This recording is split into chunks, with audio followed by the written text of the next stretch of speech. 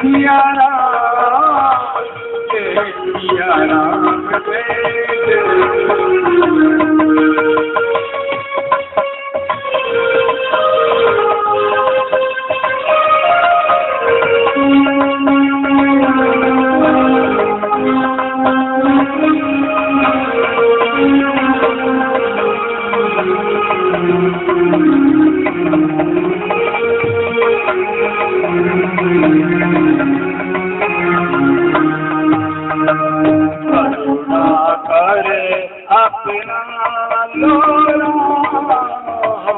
अपना दास बना लो राम अपना लो राम अपना दास बना लो राम करुणा कर अपना लो राम अपना दास बना लो राम अपना लो राम अपना दास बना लो राम जय सिया राम जय जय सिया राम जय सिया राम जय जय सिया राम सिया राम जय जय सिया राम जय सिया राम जय जय सिया राम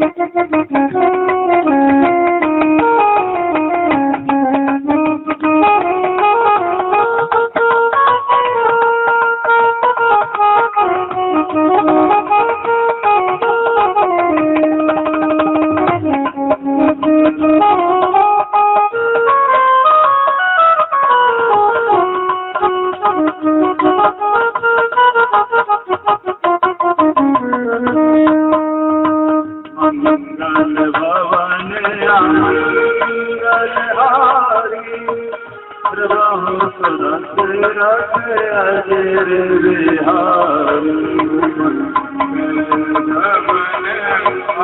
मंगलहारी प्रभु सुरत जय सिया राम जय जय सिया राम जय सिया राम जय जय सिया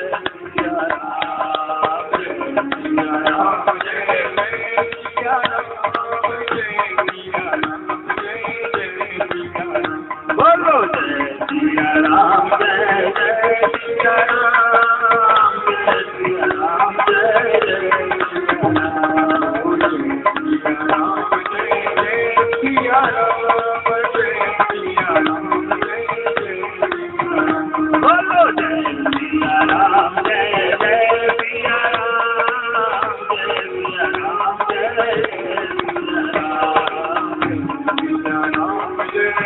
जय सिया राम जय बोलो जय सिया राम जय जय सिया राम संकट मोचन कृपामि राम जय सिया राम जय जय सिया बोलो जय सिया राम जय जय सिया राम जय सिया राम जय जय सिया राम जय सिया राम जय जय सिया राम जय सिया राम जय जय सिया राम जय सिया राम जय जय सिया राम जय सिया राम जय जय सिया राम जय सिया राम जय जय सिया राम ओ जय सिया राम जय जय सिया राम जय सिया राम जय जय सिया राम ओ जय सिया राम जय जय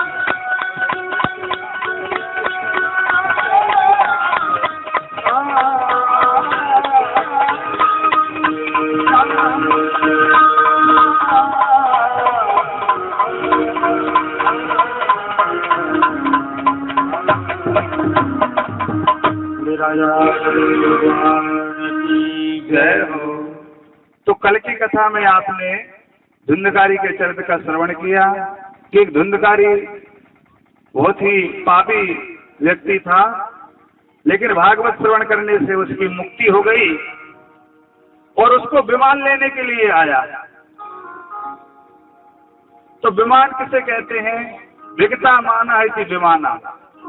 मान होता है अभिमान, और अभिमान जो है हमारे अंदर रहता है, जिसके कारण हम किसी की बात को नहीं मानते। तो जिस दिन हमारा अभिमान नष्ट हो जाए उस दिन विमान लेने के लिए आ जाएगा। विगता माना इति विमाना, जिस दिन हमारा मान, अभिमान, और अभिमान किसे कहते हैं? अभिमान। जो व्यक्ति किसी से यह कहे कि तू अभी इस बात को मान, वही अभिमान है। जैसे रावण के अंदर अभिमान भरा हुआ था, वह देवता हो, प्रेत हो, पिशाच हो, गंधर्व हो, राक्षस हो, जो भी संसार की जीव होते हैं उन सबसे उसके सब उस बस में रहते थे, और उन सबसे वह कहता था तू अभिमान, भले तेरा काम कुछ भी पड़ा रह जाए पर तू मेरी बात को अभिमान, वही अभिमान है। जिस दिन हमारा अभिमान नष्ट हो जाएगा उस दिन हमको भी कथा में विमान लेने के लिए आ जाएगा। धुंधकारी ने भगवान की कथा अच्छे से श्रवण की और उसका मनन किया, इसके कारण जो है विमान लेने आया। गोकर्ण जी ने धुंधकारी को कथा श्रवण कराई, तो जब विमान भगवान का लेने आया तो भगवान के पार्षदों से गोकर्ण जी ने पूछा कि आप भगवान के पार्षद हैं और फिर भी जो है आप जो है फिर भी आप भेद करते हैं, फिर भी आप पक्षपात करते हैं कि कथा 1000 लोगों ने सुनी और विमान आप एक व्यक्ति को लेकर के आए। तो वहां भगवान के पार्षदों ने कहा है गोकर्ण जी से कि श्रवणस्य विभेदेन फल भेदोत्र संस्थिता श्रवणम तु कृतम सर्वम न तथम मननम कृतम। भगवान के पार्षद कह रहे हैं गोकर्ण जी से कि श्रवण के भेद से, कथा श्रवण सबने की लेकिन सबने अलग अलग तरीके से कथा श्रवण की, इसलिए सबका उद्धार नहीं हुआ, सबके लिए विमान लेकर के हम नहीं आए।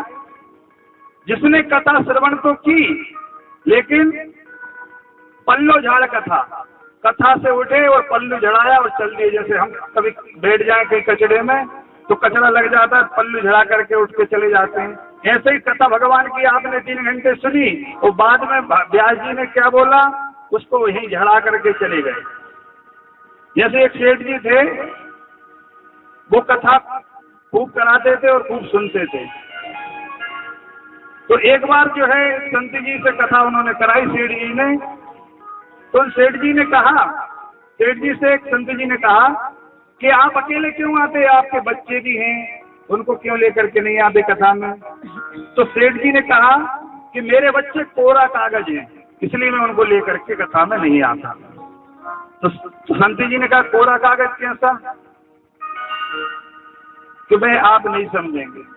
पर संत जी ने जब जिद की कि नहीं आप बच्चों को एक दिन लेकर के आए, संत तो भोले भाले रहते हैं, राजनीति, कूटनीति, कपट नीति और बात चातुरी को नहीं समझते।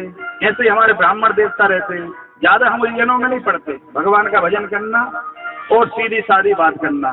जो राजनीतिक लोग रहते हैं वो हर बात को बड़ी सोच समझ करके छल पूर्वक, कूटनीतिक पूर्वक बोलते हैं। व्यापारी लोग व्यापार की दृष्टि से बोलते हैं, राजनीतिक लोग राजनीति की दृष्टि से बोलते हैं। तो सेठ जी ने व्यापार की दृष्टि से कहा कि मैं तो कोरा कागज है।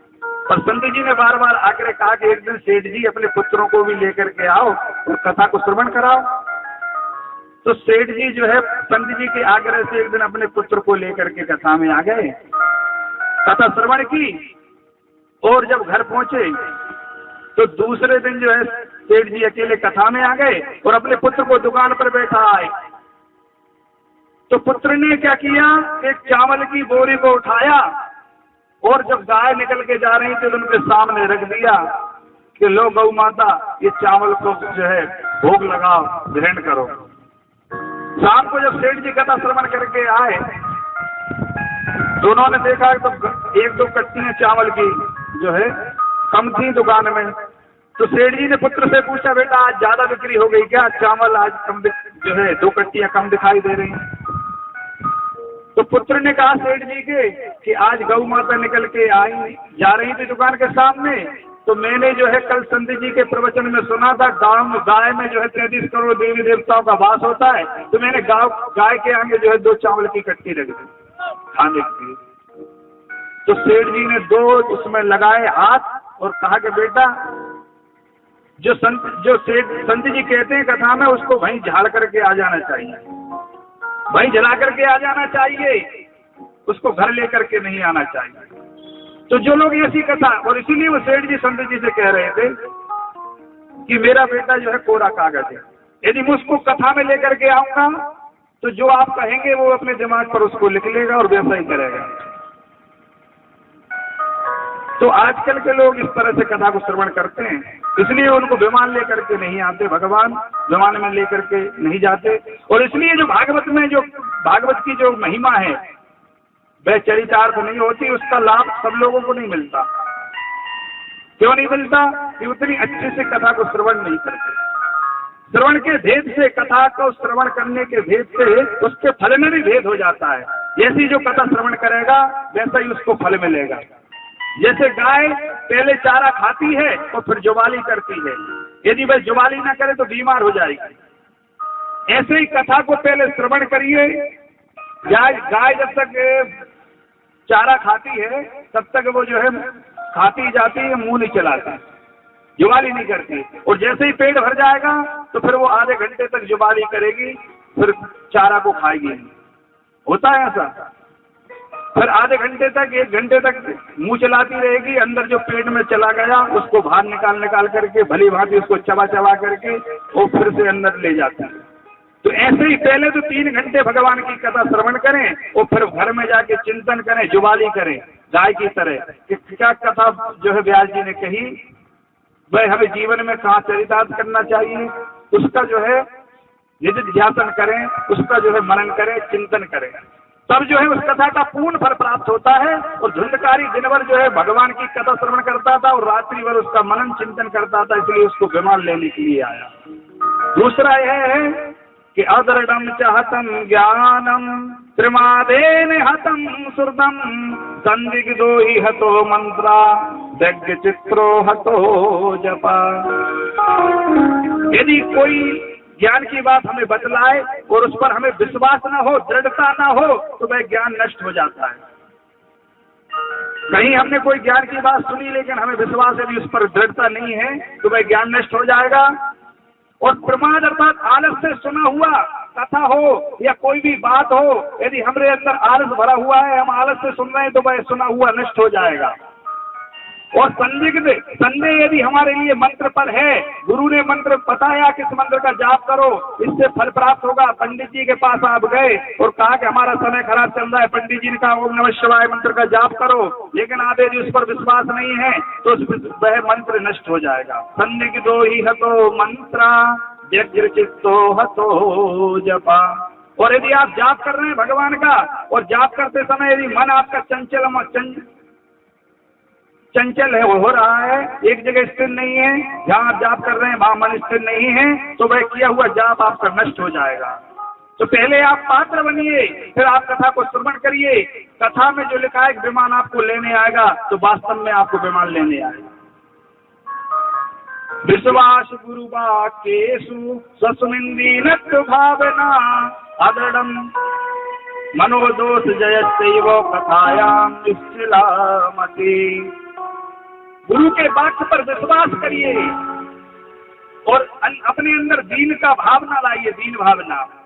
क्योंकि भगवान ये कहते हैं मुझे दीन प्यारे वेद पुकारे द्रवंश श्री भगवंता। भगवान को दीन प्यारे हैं, तब तो भगवान ने सुदामा पे कृपा की, तब तो भगवान ने सबरी पर कृपा की, तब तो भगवान ने जो है प्रहलाद पर कृपा की, तब तो भगवान ने ध्रुव पर कृपा की। रावण पर कुछ कृपा नहीं की भगवान ने, क्योंकि रावण के पास संपत्ति थी, पर विभीषण पे कृपा की क्योंकि विभीषण के पास संपत्ति नहीं थी। भगवान को दीन प्यारे हैं, तो पहले गुरु पर की बात पर विश्वास करिए और सस्मित दीनत्व भावना। भले आपके पास पैसा है, भले आपके पास धन है, दौलत है, जायदाद है, बच्चे हैं, पत्नी सुंदर है, पढ़ी लिखी है, लेकिन इसके बाद भी दीनता का भाव लाइए। भगवान के अभिमान नहीं चलता, दीन बनिए, तब आपके ऊपर भगवान कृपा करेंगे, तब आपके ऊपर भगवान की मंगलमय कथा कृपा करेंगी। तो विश्वास गुरु वाक्येषु स्वस्मिन् दीनत्व भावना मनोदोष जयस्यैव कथायां निश्चला मते। कथा सुन तो रहे हैं पर अपने मनों पर दोष आपने नहीं किया। मन के दोष बहुत सारे हैं, जैसे क्रोध आना, काम विकार आना, लोभ होना, मोह होना, ये सब जो है द्वेष होना, राग होना, ये सब चीजें दूर कर दीजिए। झूठ मत बोलिए, क्रोध मत करिए, किसी से ज्यादा मोह मत करिए, ये सब चीज मन के दोष हैं, इनको जीतिए।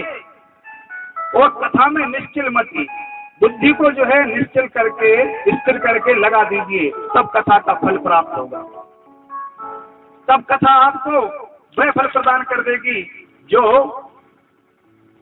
है अमृत पीने से फल प्राप्त होता है। अमृत पीने से व्यक्ति अमर होता है और भागवत को पीने से भी जो है व्यक्ति अमर हो जाएगा। तब कथा अमृतम तब से जीवनम कभी विरीडतम कलम शाप हम श्रवण मंगलम श्रीमदातम भूमि गृणंति ते भूरिदा जना। एक तो संसार में सबसे अमूल्य वस्तु अमृत है, दूसरी भगवान की कथा है। अमृत भी अमरता प्रदान करता है और भागवत की कथा भी अमरता प्रदान करती है। श्रवणामृत जेहि कथा सुहाई कही सो प्रगट होत भाई। श्रवणामृत जेहि कथा सुहाई कही सो प्रगट होत भाई। श्रवणामृत जेहि कथा सुहाई श्रवणामृत जेहि कथा सुहाई कही सो प्रगट होत बिन भाई। कही सो प्रगट होत बिन भाई। श्रवणामृत जेहि कथा सुहाई श्रवणामृत जेहि कथा सुहाई कही सो प्रगट होत बिन भाई। भगवान की कथा श्रवण करने से अमरता के समान फल प्रदान करती है। इसलिए कथा को साधारण न समझते हुए जितने भाव से आप श्रवण करेंगे उतने ही जो है इसका आनंद फल प्राप्त होगा, उतना ही इससे फल प्राप्त होगा। वक्ता के लक्षण भागवत जी में बतलाए हैं। वक्ता किस तरह का होना चाहिए? वक्ता अर्थात कथा वाचन करने वाला। तो वक्ता, कुछ लोग कहते हैं सुखदेव जी जो है संत थे तो वक्ता संत होना चाहिए। कुछ लोग कहते हैं कि पाराशर जी ग्रस्त थे और पाराशर जी के पुत्र व्यास जी भी ग्रस्त थे, सुखदेव जी के पिताजी ग्रस्त थे तो वक्ता ग्रस्त होना चाहिए। पर मैं बताऊं वक्ता क्या होना, कौन सा होना चाहिए? भागवत जी में स्पष्ट लिखा है कि विरक्तो वैष्णवो विप्रो वेद शास्त्र विशुद्धि कृतो दृष्टांत कुशलो धीरा वक्ता कार्यो प्रहा। वक्ता के लक्षण, वक्ता कैसा होना चाहिए? तो वक्ता विरक्त होना चाहिए, किसी भी कार्य में रत ना हो ऐसा वक्ता हो। चाहे वह वैष्णव हो, चाहे वह संत हो, चाहे वह ग्रस्त हो, चाहे वह अवधूत हो, चाहे वह बाल ब्रह्मचारी हो, पर किसी भी कार्य में रत ना हो। रत होना अर्थात उसमें लिप्त होना। एक बार की बात है कि दो सन्यासी संत थे और वह एक बार जो है विचरण कर रहे थे। सन्यास में जो है स्त्री को छूना पाप बतलाया गया है। स्त्री को दर्शन भी पाप बतलाया, क्योंकि स्त्री को दर्शन करेंगे तो विकार आएंगे। तो स्त्री को जो है स्त्री से दूर रहना संन्यास है, ऐसी शिक्षा दी जाती है संन्यास में। तो एक बार की बात है कि दो सन्यासी बाल ब्रह्मचारी संत थे, एक बार जो है भ्रमण के लिए गए हुए थे, तभी बरसात होने लगी, नाला चल गया। देखते ही देखते जितने भी उस नाले उस रास्ते से जाने वाले लोग थे सब परेशान होने लगे। उसमें कुछ महिलाएं भी थी, रास्ता अवरुद्ध हो गया, उस पार सबको जाना था, नाले के उस पार सभी लोगों को जाना था, तो अब कैसे पार हो? तो जो पुरुष वर्ग थे उन्होंने कहा कि सभी जो है पुरुष वर्ग महिलाओं की मदद करेंगे, सभी एक एक महिला को जो है उस पार लगाएंगे। तो जो संत थे सन्यासी थे उन्होंने कहा हम तो हमारे धर्म में तो महिलाओं को छूना, महिलाओं को देखना वर्जित है, स्पर्श करना वर्जित है, ऐसा हमारे गुरु ने बतलाया है। तो सारे जो ग्रस्त लोग थे उन्होंने महिलाओं को पार कर दिया, और वो दो संत थे वह महिलाओं को स्पर्श नहीं करते हैं। उन संतों में एक जो संत थे उन्होंने कहा चलो जो भी हो, मैं तो एक महिला को पार करूंगा। उसने जो है महिला को कंधे पे बैठाला, नदी से पार कर दिया। दूसरे संत ने कहा कि मैं तो गुरु की बात मानूंगा, मैं तो महिला को पार नहीं करूंगा, टच ही नहीं करूंगा, स्पर्श ही नहीं करूंगा। अब वह जब पार करके और अपने गुरुकुल की ओर आने लगे, आश्रम की ओर आने लगे, तो जिस संत ने महिला को स्पर्श नहीं किया, पार नहीं किया, वह उस महिला से कहता है, उस संत से कहता है जिसने महिला को पार किया कि तूने आज जो है महिला को स्पर्श किया है, नदी पार किया है, नाला पार किया है, इसलिए तू जो है संन्यास धर्म से का तूने जो है अनादर किया है, मैं आज तेरी गुरु से शिकायत करूंगा। इस तरह से उसे उलाहना देते हुए पूरे मार्ग जो है परेशान करते हुए दूसरा संत आता है। तो आधा रास्ता जब हो गया पार, तो उस संत ने कहा जिसने महिला को स्पर्श नहीं किया था, नदी पार नहीं किया था, उस संत ने कहा कि मैंने तो केवल नदी पार महिला को किया है, उतने ही क्षण महिला को याद किया है, उतने ही क्षण महिला को ध्यान किया है, उतने ही क्षण महिला के मैं सानिध्य में रहा हूँ, संसर्ग में रहा हूँ, साथ में रहा हूँ। पर तूने तो जो है जब से मैं महिला को नाले पार किया तभी से तू उसको याद कर रहा है, उसको साथ लिए हुए है, उसका स्मरण कर रहा है। तो बता मैं सबसे बड़ा दोषी कि तू सबसे बड़ा दोषी? बताइए कौन सबसे बड़ा दोषी? तो बात यह नहीं है कि ग्रस्त ही जो है ग्रस्त होता है, संत ही संत होता है। बात यह है ग्रस्त भी संत हो सकता है। कैसे? कि जो ग्रस्त भली हो पर ग्रस्त में ज्यादा रत ना हो, ग्रस्त में ज्यादा रमा हुआ ना हो, भली पत्नीवान हो, भली संतान हो उसके, लेकिन ग्रस्त में ज्यादा रमा हुआ ना हो, तो वह भी सबसे बड़ा संत होता है। कई ग्रस्त संत होते हैं, और संत तो बहुत बड़ी परिभाषा है ये। पर मैं ये जो यहाँ जो चर्चा कर रहा था कि वक्ता कैसा होना चाहिए, तो वक्ता विरक्त होना चाहिए, ज्यादा संसार में रमा हुआ ना हो, किसी भी चीज में ज्यादा उसको मोह ना हो। विरक्तो वैष्णवो, विष्णु का भक्त हो। विरक्तो वैष्णवो विप्रो, विप्र अर्थात ब्राह्मण होना चाहिए। विरक्तो वैष्णवो विप्रो, वेद शास्त्र विशुद्धीकृत, वेद और शास्त्रों को जानने वाला। और कैसा जानने वाला? विशुद्ध तरह से, विशुद्ध अर्थात शुद्ध से भी शुद्ध, अर्थात बहुत अच्छी तरह से वेद शास्त्रों का अध्ययन उसने किया हो, ऐसा वक्ता होना चाहिए। और दृष्टांत देने में कुशल, और वक्ता कार्यों की निष्प्रहा, किसी भी कार्य में उसको ज्यादा लगाव ना हो, ऐसा वक्ता होना चाहिए। ऐसे वक्ता के लक्षण बतलाए हैं भागवत जी में, और दूसरा श्रोता के लक्षण भी बतलाए हैं। ऐसा नहीं वक्ता ही श्रेष्ठ हो, पर श्रोता यदि आलस करें, कथा में आके सो जाएं, तो फिर कहां से कथा में आनंद आएगा? फिर क्या वक्ता कोई बिगर सुने ही लोगों को तार देगा? यदि बिगर सुने ही लोग तरने लगते तो सबसे पहले वृक्ष तर जाते, फिर जमीन जो है जमीन तर जाती, फिर जो है ये पाइप जो लगे हुए टेंट के, ये सबसे पहले इनकी मुक्ति हो जाती। सबसे पहले साउंड की मुक्ति होती, साउंड सुन रहा है कथा सबसे अच्छे से। तो बगैर सुने तो कथा किसी का उद्धार होता नहीं। इसलिए वक्ता तो के लक्षण बतलाए, अब श्रोता के लक्षण सुन लीजिए। तो श्रोता 3 प्रकार के कहें, एक तो श्रोता, दूसरा श्रोता और तीसरा श्रोता। तो सबसे उत्तम है श्रोता, जो कथा को भली भांति अच्छी तरह से सुने, और दूसरा श्रोता जो कथा में आकर के सो जाए, उसका कहां से उद्धार होगा। और तीसरा है श्रोता। श्रोता कैसा कि कथा को श्रवण की और पास में ही बैठे हुए व्यक्ति से उसकी जो है बुराइयां करने लगा कि अरे साउंड की आवाज सही से सुनाई नहीं दे रही, अरे वो एक जो पेड़ बजा रहा था उसको चला ही गया, अरे टेंट में जो है 2 तरफ से खुला हुआ है, अरे पानी की व्यवस्था समिति वालों ने की नहीं। तो इस तरह से जो कथा को और वहां की व्यवस्था को काटता रहे सनौती की तरह, वह श्रोता है।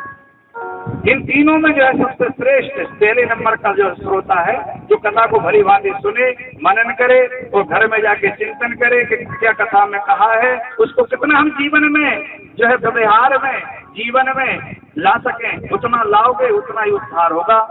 इस तरह से श्रोता के जो है लक्षण कहे गए हैं।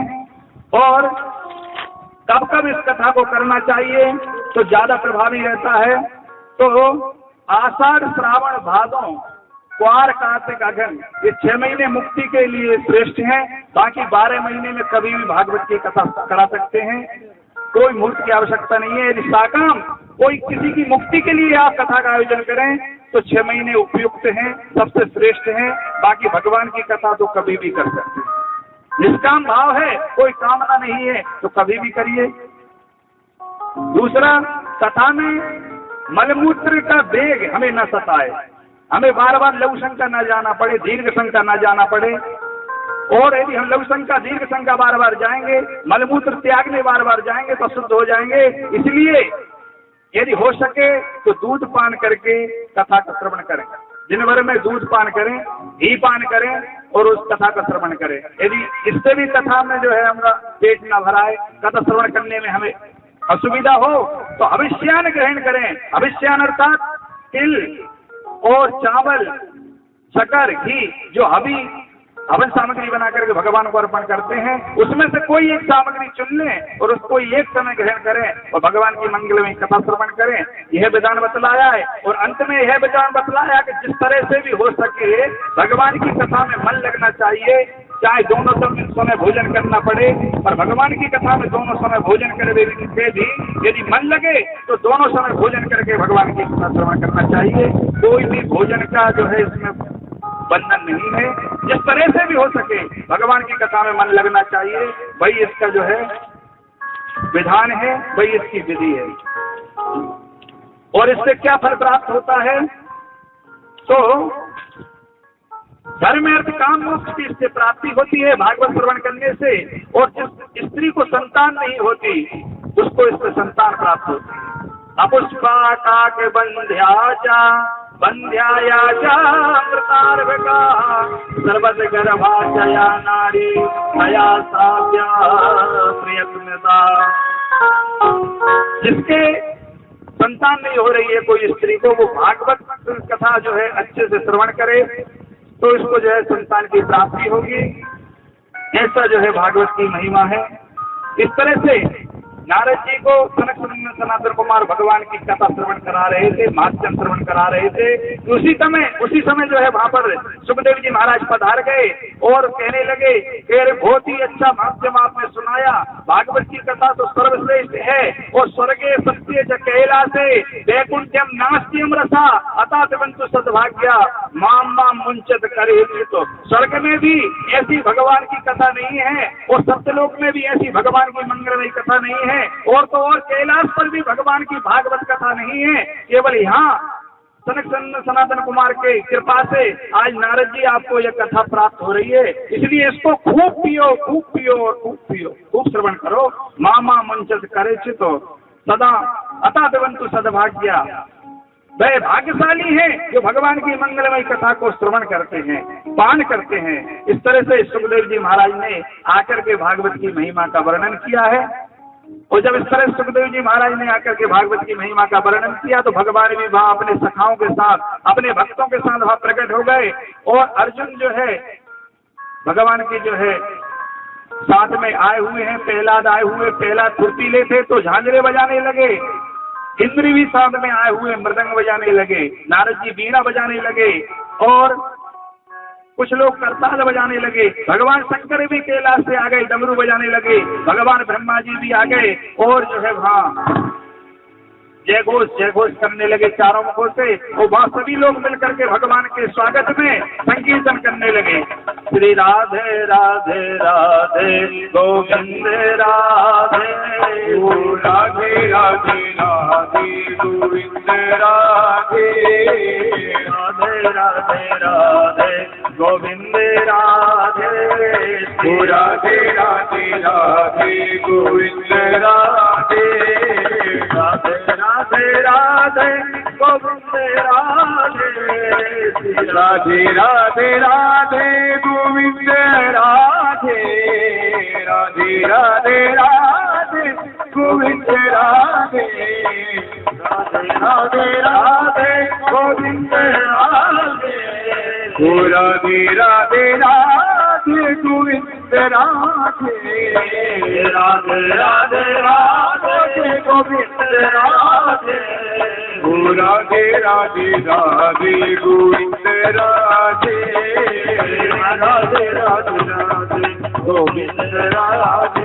बोलिए राधे राधे ताली बजा दे गोविंद राधे, राधे राधे राधे गोविंद राधे, गोविंद राधे गोपाल राधे, गोविंद राधे गोपाल राधे, गोविंद राधे गोपाल राधे, गोविंद राधे गोपाल राधे, गोविंद राधे गोपाल राधे, गोविंद राधे गोपाल राधे, गोविंद राधे गोपाल राधे, गोविंद राधे गोपाल राधे, गोविंद राधे गोपाल राधे, गोविंद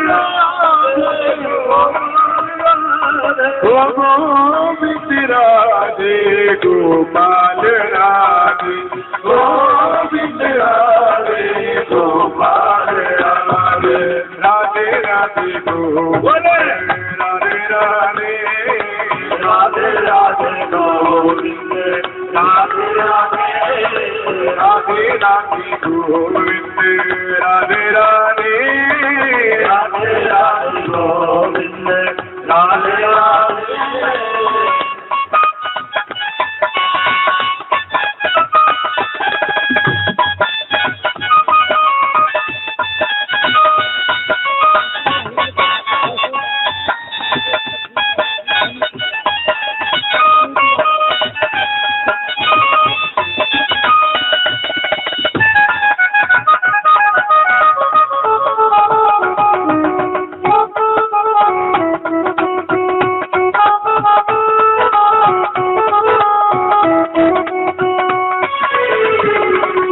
गोविंद राधे गोपाल राधे, गोविंद राधे गोपाल राधे, गोविंद राधे गोपाल राधे, गोविंद राधे गोपाल राधे, गोविंद राधे गोपाल राधे, गोविंद राधे गोपाल राधे, गोविंद राधे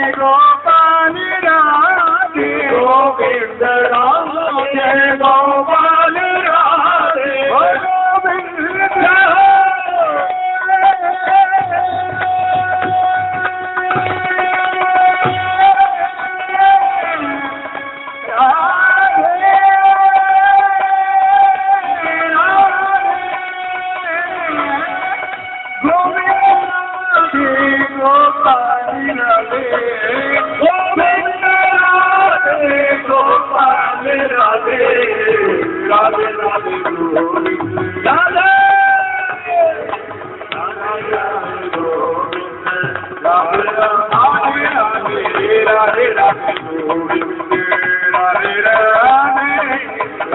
राधे गोविंद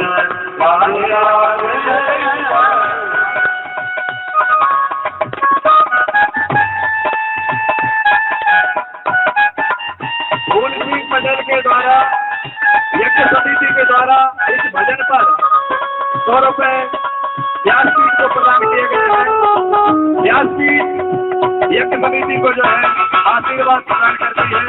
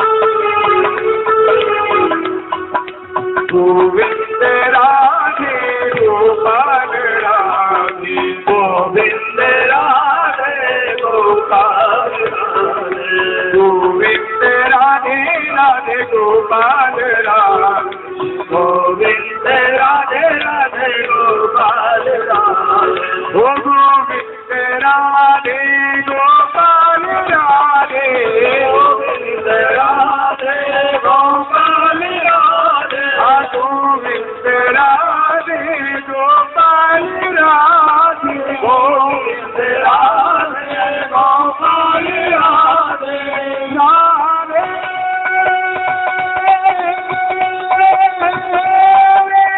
स्वामी मेरा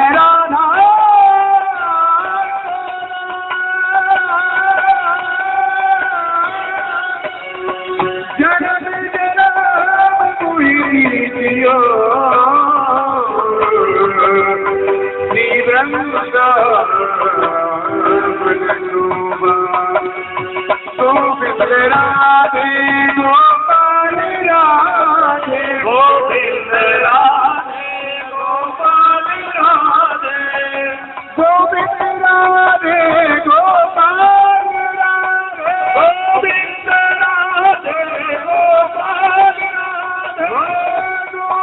राधे राधे गोपाल राधे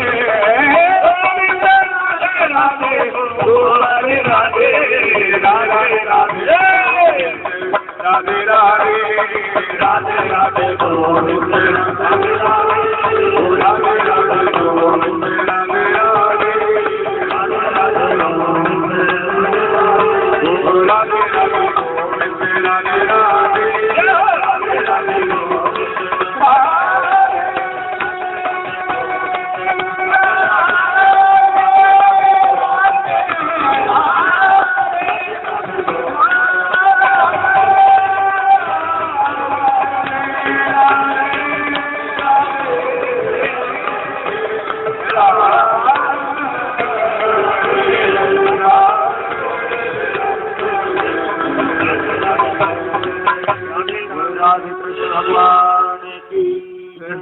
इस तरह से जब भागवत का संकीर्तन वहां हुआ,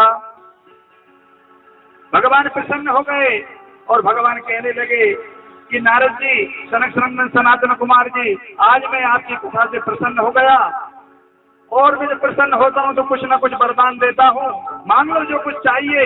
तो सनक सनंदन सनातन कुमार ने, नारद जी ने जो है भगवान से कहा कि प्रभु यदि हमें कुछ देना है तो ऐसा वरदान दे दीजिए कि जहाँ भी आपकी कथा हो संसार में, आज से भाई आप जो है अवश्य एक दिन पधारें। भगवान ने कहा तथास्तु, और तब से ऐसा विधान है कि जहाँ भी भगवान की भागवत कथा होती है वहाँ भगवान एक दिन अवश्य पधारते हैं, पर भगवान किसी को दिखाई नहीं देती, अप्रत्यक्ष रूप से जरूर एक दिन भगवान उस कथा में आते हैं। हमारी कथा में एक न एक दिन भगवान अवश्य पधारेंगे। तब से ऐसा भगवान ने नियम बना लिया है।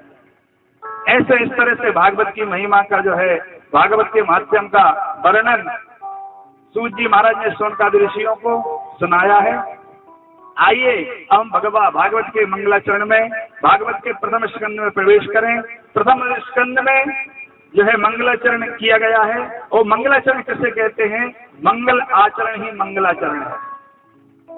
मंगलम धातु से मंगलाचरण की उत्पत्ति हुई है और उसका अर्थ यह होता है कि हम दिशा जो है, हम जो है उत्तम दिशा की ओर बढ़े। हमारी जो प्रगति है, हमारी जो उन्नति है, हम जिस दिशा की ओर जा रहे हैं वह मंगलकारी दिशा हो। ऐसा ना हो कि एक बार की बात है कि एक प्लेन वायुयान जो है आकाश में उड़ रहा था, तभी जो है उस वायुयान को चलाने वाला, हवाई जहाज को चलाने वाला जो ड्राइवर था, उसने जो है कहा कि दो सूचनाएं हैं। कि क्या?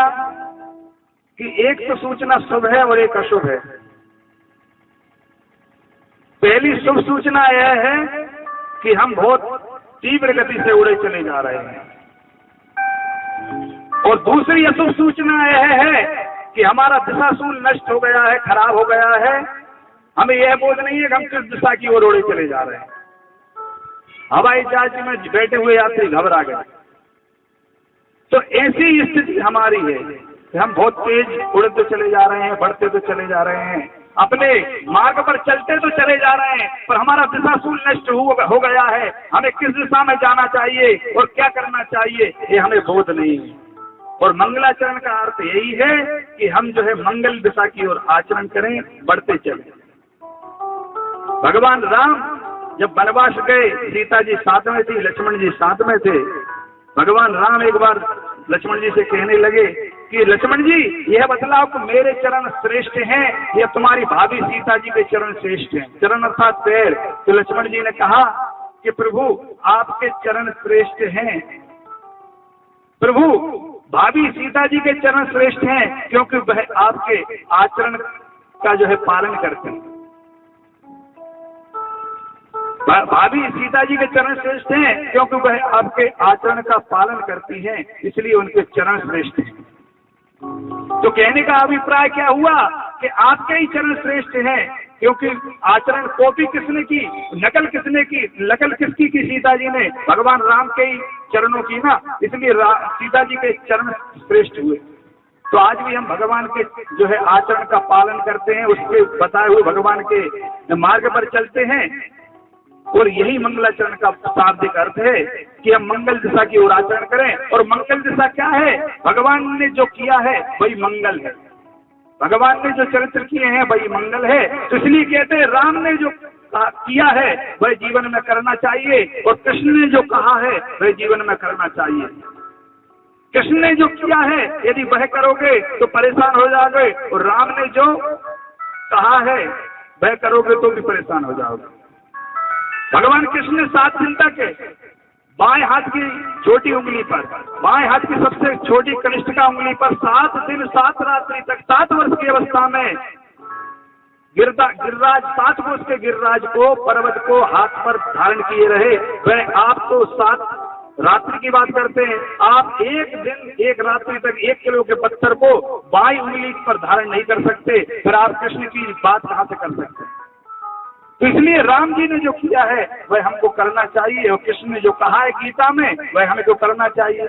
भगवान कृष्ण ने कहा कर्मण्येवाधिकारस्तु मा फलेषु कदाचन। भगवान कृष्ण का कर्म किए जाओ, फल की चिंता मत करो। तो भगवान ने जो, कृष्ण ने जो कहा है वह करना चाहिए। और मंगलाचरण का अर्थ यही होता है कि मंगल, जिसने मंगल किया है उसका हम आचरण करें, यही मंगलाचरण है। तो आइए हम मंगलाचरण में प्रवेश करते हैं। भागवत के प्रथम अध्याय, प्रथम स्कंद के प्रथम अध्याय के प्रथम श्लोक में मंगलाचरण किया गया है।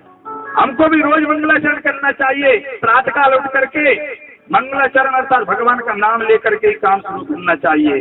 कुछ ना हो सके तो ओम बोल दीजिए, ओम श्री गणेशाय नमः बोल दीजिए। कुछ ना हो सके तो भगवान केवल ओम बोल करके सारे कार्य प्रारंभ करना चाहिए। फिर जीवन पूरे दिन जो है हमारा मंगल ही मंगल होगा। आज का दिन सुधार लोगे तो कल तो स्वयं सुधर जाएगा, वो पिछला तो फिर सुधरता चला ही जाएगा। जो भूत की चिंता और भविष्य का चिंतन करते हैं उनका वर्तमान बिगड़ जाता है, इसलिए वर्तमान को सुधारिए, भूत स्वयं सुधर जाएगा और भविष्य तो सुधरता चला ही जाएगा। जो हो गया उसका चिंतन मत करिए, और जो होगा वह भी अच्छा ही होगा, वर्तमान को सुधार लीजिए। क्या सोचता है पागले मनवा, जो बीत गया सो बीत गया।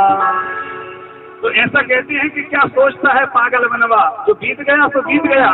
अरे जो बीत गया भली कितना ही आपका भविष्य भूत जो पिछला जो बीता है वह कितना ही खराब क्यों ना हो, उसको भूल जाइए और भविष्य की चिंता मत करिए। वर्तमान में मंगल आचरण करिए तो मंगल आचरण होता चला जाएगा, जीवन आपका मंगलमय व्यतीत होने लगेगा। इस तरह से इसी कामना के उद्देश्य से भागवत जी के और हर ग्रंथ के पूर्व में मंगलाचरण की प्रथा आज से अनादिकाल से चली आ रही है। वेद मंत्र में भी सबसे पहले ओम शब्द जो लगता है, ओम के बगैर कोई भी वेद मंत्र प्रारंभ नहीं होता। वो वास्तव में ओम शब्द वेद मंत्रों में लगा नहीं है।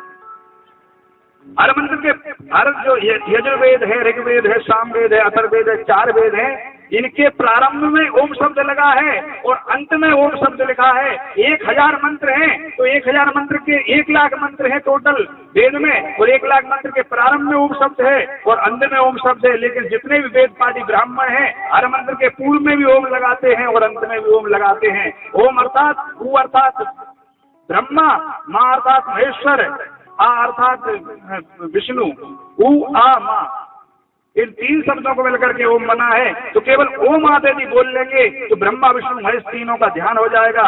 इसलिए ओम को जो है बहुत बड़ा महत्व दिया गया है। इसलिए वेद मंत्र के पूर्व में ओम लगा करके ब्रह्मा विष्णु महेश तीनों का ध्यान किया जाता है, मंगल आचरण किया जाता है। तो ज्यादा कुछ नहीं तो प्रातः काल उठ करके ओम बोल लेना चाहिए, मंगलाचरण हो जाएगा। तो आइए हम भागवत का मंगलाचरण में प्रवेश करें। जन्मांद्यस्य यतोऽन्वयादि तरतः चार्धेश विज्ञा स्वराट् तेने ब्रह्म हृदाय आदि कवये गुह्यन्ति सूरया तेजो वारिणाम यथा विनिमयो यत्र त्रिसर्गो मृषा धाम्ना स्वेन सदा निरस्तकुहकं सत्यं परं धीमहि। भागवत जी के मंगलाचरण का भागवत जी के 12 स्कंद में पहला श्लोक जो है मंगलाचरण का, भागवत जी के पहला श्लोक में पहला शब्द पहला अक्षर है जा।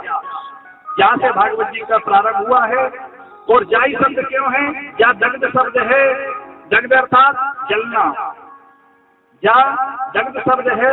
और संसार के लोग भी विभिन्न प्रकार के संतापों से जल रहे हैं, विभिन्न प्रकार के दुखों से जल रहे हैं। तो इन दुखों से के जलने से मिटाने के लिए ये भागवत ग्रंथ की रचना हुई है।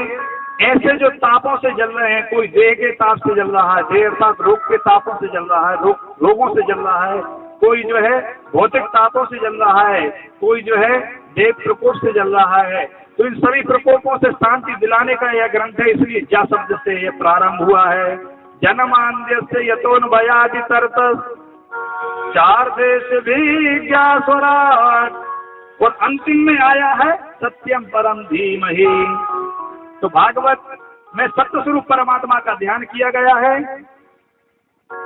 कृष्णम परम धीमहि यदि लिखते व्यास जी तो ये कृष्ण के जो मानने वाले भक्त हैं ये उनका ही ग्रंथ हो जाता। रामम परम धीमहि लिखते तो राम को मानने वालों का ग्रंथ हो जाता, और कृष्ण को मानने वाले इसका विरोध करते। शिवम परम धीमहि लिखते तो शिव को मानने वाले इसका विरोध करते। दुर्गा परम धीमहि लिखते तो दुर्गा को मानने वाले इसको अध्ययन करते, पढ़ते, इसकी कथा श्रवण करते, और अन्य को मानने वाले इसका जो है मनन चिंतन अध्ययन नहीं करते। इसलिए व्यास जी ने ये कहा कि सत्यम परम धीमहि, जो सत्य को मानेगा। कभी कभी देवता भी जो है सत्य को नहीं मानते, उसके कारण उनको जो है उनको भी साप लग जाता है। नारद जी को साप लगी, नारद जी भी देवता है, भगवान के एक अवतार हैं। कई देवताओं का पतन हो गया, साप लग गया और उनको साप के जो है प्रायश्चित करना पड़ा। तो लेकिन किसका पतन नहीं होता, किसको साथ नहीं लगती, किसका कभी जो है नष्ट नहीं होता, ऐसा कौन सा तत्व है? तो वह ऐसा तत्व सत्य। सत्य का कभी पतन नहीं होता, सत्य का कभी ह्रास नहीं होता, सत्य कभी नष्ट नहीं होता, और सत्य स्वरूप ही परमात्मा है। परमात्मा का भी कभी जो है अस्तित्व नष्ट नहीं होता। ऐसे परमात्मा का हम जो है ध्यान करते हैं। सत्यम परम धीमहि, भागवत जी सत्य स्वरूप परमात्मा का ग्रंथ है, इसलिए भागवत जी के प्रारंभ में सत्यम परम धीमहि कहा गया है, और भागवत के अंत में भी सत्यम परम धीमहि कहा गया है। और भागवत के मध्य में भी जब भगवान कृष्ण ने अवतार लिया, तब देवताओं ने आकर के भगवान की प्रार्थना की कि सत्यम परम, इस तरह से जो है सत्य शब्द 9 बार बोल करके भगवान की जो है प्रार्थना की है। तो प्रारंभ में भी सत्य शब्द आया है, मध्य में भी सत्य शब्द आया और अंत में भी सत्य शब्द आया है, क्योंकि भागवत सत्य स्वरूप परमात्मा का ग्रंथ है। दूसरे मंगलाचरण में कहा गया है कि निगम कल्प तरोर गलितम फलम सुख मुखाद मृत द्रव संयुतम सेवत भागवतम रसमालयम मुहुरहो रसिका विभावुका। ये भागवत क्या है? निगम कल्प पुराण वेद शास्त्र सबका निचोड़ किया हुआ फल है, और ऐसा फल है इसमें गुठली भी नहीं है और छिलका भी नहीं है, इसमें यदि कुछ है तो फल ही फल है, और ये मीठा भी है, क्योंकि सुखदेव रूपी, सुख किसको कहते हैं? तोता को, तोता ने इसको चख लिया है, इसलिए इसमें डाउट भी नहीं है कि इसमें खट्टा हो, इसमें ये भी इसमें निश्चित है कि इसमें जो है किसी तरह का खट्टापन नहीं है। ऐसा भागवत जो है भागवत रूपी फल है, इसलिए मुहुरहो रसिका भूमि कहा, इसलिए इसको जो है बार बार रसिक लोग जो है कथा को जो रसिक हैं, कथा को भावपूर्ण जो सुनते हैं, ऐसे श्रोताओं को कहा गया कि इसको बार बार पान करिए, पीजिए पीजिए पीजिए। इस तरह से भागवत का मंगलाचरण कहा गया है। उसके बाद सूत जी महाराज से सोनकादि ऋषियों ने 6 प्रश्न किए हैं कि मानव का परम धर्म क्या है, पहला प्रश्न है, और हम किसकी पूजा करें, कोई निश्चित साधन बताएं। और तीसरा प्रश्न है कि भगवान अजन्मा है, फिर उसने देवकी वासुदेव क्या जन्म क्यों लिया। चौथा प्रश्न है भगवान के अवतार कितने हैं। पांचवा प्रश्न है भगवान ने क्या क्या अवतार लेकर के लीलाएं की। और छठा प्रश्न ये है कि ब्रूहि योगेश्वरे कृष्ण ब्रह्मण्ये धर्म परमणि स्वाम काष्ठाम दुने पेते धर्म कह शरणम गता। जब भगवान कृष्ण अपने धाम को जब जाने लगे, द्वापर में भगवान लीला करके वो जब अपने धाम को जाने लगे, तो उस समय धर्म ने किसकी शरण ली। ये सूत जी महाराज से सोनकादि ऋषियों ने 6 प्रश्न किए। तो सूत जी महाराज ने कहा कि सबई पुंसाम परो धर्मा यतो भक्ति रतो जजे अहि तुक्के प्रतिहता ययात्मा संप्रसीदति ययात्मा संप्रसीदति सबई पुंसाम परो धर्मा। सभी मनुष्यों का, सभी जीवों का एक ही धर्म है कि भगवान की भक्ति हमें जो है प्राप्त हो जाए। कल भी मैंने यह कहा था कि यदि भगवान से कुछ मांगना है तो भक्ति मांग लीजिए। और भागवत जी में भी यही कहा कि मानव का परम धर्म क्या है, तो मानव का धर्म परम यही है कि जिस प्रकार से भी हो सके, चाहे तो भागवत श्रवण करने से, चाहे 7 दिन तक भगवान का यज्ञ करने से, चाहे सत्यनारायण की कथा करने से, चाहे 16 सोमवार के व्रत करने से, जिस तरह से भी भगवान की हमें भक्ति प्राप्त हो जाए, वही मानव का परम धर्म है। इसलिए हमें भगवान ने अवतार जन्म दिया है। और भक्ति कैसी हो? भक्ति स्वार्थी ना हो। हम स्वार्थ के लिए भगवान का भजन करते हैं कि मेरे बेटा का विवाह हो जाए, तो कभी जो है मेरे खेत में बढ़िया अनाज हो जाए, तो कभी मेरी सास की तबीयत अच्छी हो जाए, तो कभी सास की, तो विभिन्न प्रकार की कामनाओं से जो है हम भगवान की भक्ति करते हैं। पर वह अहेतु की भक्ति होती है, उस मतलब उसमें आपका हेतु छुपा हुआ रहता है, आपकी कामना छुपी रहती है। आपका कारण उसमें रहता है। ऐसी भक्ति से भगवान प्रसन्न नहीं होते। वह तो स्वार्थी भक्ति है। अहेतु की भक्ति, जिसमें कोई हमारा लाभ ना, काम ना हो, जिसमें हम कुछ कामना ना रखें, ऐसी भक्ति हमें जिस प्रकार से प्राप्त हो, यही हमारा मानव धर्म है। और भक्ति के आ जाने पर ज्ञान और वैराग्य तो स्वतः आ जाता है। बताइए, मीराबाई किस कॉलेज में पढ़ी? किसी कॉलेज में नहीं पढ़ी। पहला जी किस कॉलेज में, किस विद्यालय में, किस उसमें पढ़े? किसी विद्यालय में नहीं पढ़े। ध्रुव जी 5 वर्ष की अवस्था और वन में चले गए, आगे कथा आएगी, और उनको भगवान की प्राप्ति हो गई। तो ज्ञान और वैराग्य तो स्वतः प्राप्त हो जाएगा जिस दिन भक्ति आ जाएगी। भक्ति के ज्ञान और वैराग्य पुत्र हैं। अभी कथा आपने श्रवण की। और जो धर्म आप करते हैं उसका फल क्या है? धर्म का फल यह नहीं है कि विभिन्न भोग भोगें। स्वर्ग आदि प्राप्ति धर्म का फल नहीं है। धर्म का फल तो केवल मोक्ष है। और धन किस लिए दिया है भगवान ने? धन इसलिए दिया है धर्म करें। धन का फल यह नहीं है कि विभिन्न प्रकार की सामग्री खरीद करके, गाड़ी बढ़िया खरीद करके, गाड़ी में एसी लगा करके, बढ़िया साउंड म्यूजिक लगा करके और घूमे फिरे। इसलिए भगवान ने पैसा नहीं दिया है। भगवान ने पैसा दिया है धर्म के लिए। धन दिया है धर्म के लिए। और धर्म किस लिए है? धन किस लिए है? विभिन्न प्रकार के भोग भोगने के लिए नहीं है। धन इसलिए है कि जीवन निर्वाह। भोग जो है किस लिए है? भोग जो है इसलिए नहीं है कि इंद्रियों को संतुष्ट करने के लिए भोग नहीं है। रावण ने कितने भोग भोगे लेकिन कभी वह तृप्त हुआ? और शास्त्र यह कहते हैं कि भोगा न भुक्ता भयमेव भुक्ता, तृष्णा न जीर्णा भयमेव जीर्णा, कालो न यातो भयमेव याता। तृष्णा न जीर्णा भयमेव जीर्णा। भोग कभी नष्ट नहीं होते, व्यक्ति स्वयं नष्ट हो जाता है। काल अर्थात समय कभी नष्ट नहीं होता, व्यक्ति नष्ट हो जाता है। और तृष्णा अर्थात इच्छाएं कभी नष्ट नहीं होती, व्यक्ति नष्ट हो जाता है। ऐसा संसार का नियम है। तो भोग किस लिए है?